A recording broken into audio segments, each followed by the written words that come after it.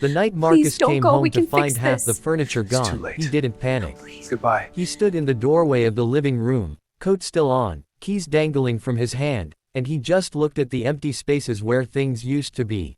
The oak side table his mother left him, the blue ceramic lamp they'd picked out together on their honeymoon in Savannah, the framed photograph of their first house.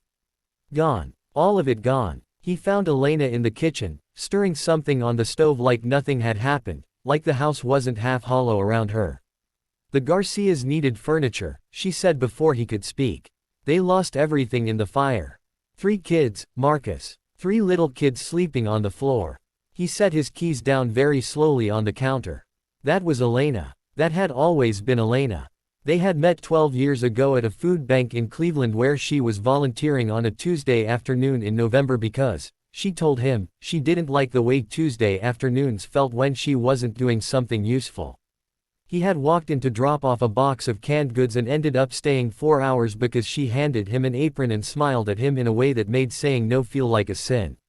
He married her 14 months later, convinced he had found the rarest kind of person, someone who gave not from guilt or performance, but from some deep, unthinking reflex, the way other people breathe. For years, it was beautiful.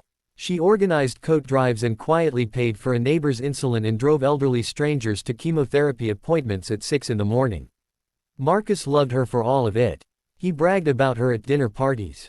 He called her his conscience and meant it as the highest compliment. But somewhere between year 8 and year 10, something shifted in the quiet parts of their life together, the parts that don't get talked about at dinner parties. She forgot his birthday twice.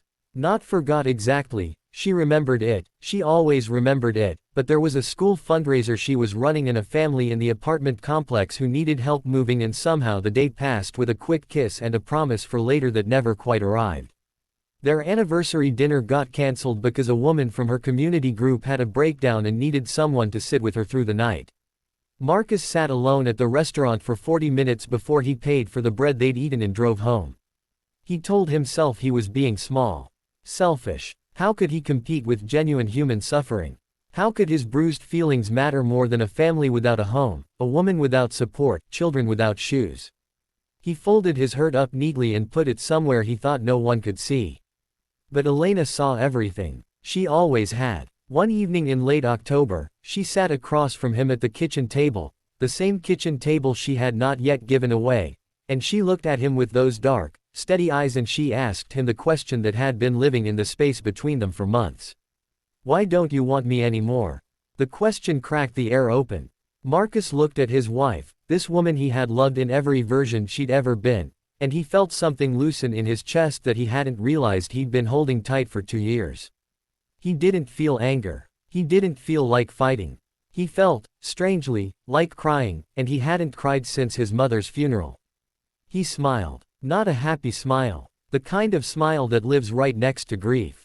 Because you gave away what was mine, he said. She blinked. The furniture. Marcus, those children needed. Not the furniture. He shook his head. Elena, I'm not talking about furniture. The silence that followed was the most honest thing in the room. You give everything, he said, and his voice was low and careful, like he was carrying something breakable. You give your mornings and your evenings and your Tuesdays and your energy and your tears and your attention. And I fell in love with you because of that. I want you to know that. I have never once wanted you to stop being who you are. He reached across the table and covered her hand with his. But somewhere along the way, I stopped being on your list. Not at the top, I was never asking for the top. But somewhere on it. And when I stopped being on your list, I told myself that it was okay because you were doing real good in the world and I was just a man who wanted his wife to show up for dinner. He paused. I started to feel like I was just the person who kept the lights on so you could go be generous somewhere else. Elena's eyes had gone bright and wet. She turned her hand over beneath his and held on. I didn't know, she whispered. I didn't tell you, he said.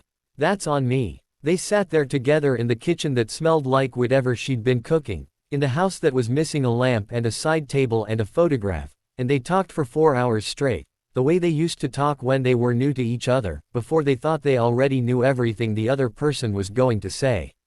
She cried. He cried, finally, which surprised him. She told him she had been pouring herself outward because, In some part of herself she'd never examined, she was afraid that if she stopped being endlessly useful to the world, she wouldn't be worth loving. That if she sat still and just belonged to him and to their life, it would feel too small. Too fragile. Too easy to lose. He told her he had spent 2 years feeling invisible in his own home, and that it had made him feel ashamed of his own need, which had made him colder than he ever wanted to be. Neither of them was the villain. They had both just been afraid, and afraid people do damage without meaning to. The next morning, Marcus called in late to work. Elena canceled 2 meetings. They drove together to the little diner on Prospect Avenue that had been their place before life got so loud, and they ordered eggs and bad coffee and split a piece of pie neither of them needed. She turned her phone face down on the table. He noticed and didn't say anything because some things don't need to be said.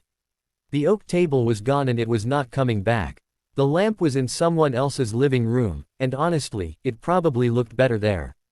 The world still had plenty of need in it and Elena would go on answering that need because that was who she was, and Marcus would love her for it. But she came home now. Fully. She came home like it was the place she most wanted to be. And Marcus stopped keeping score and started leaving room. Room for her bigness, room for her generosity, room for the part of her that belonged to everybody. He just made sure he was in the room too. That, it turned out, was enough. More than enough. It was everything.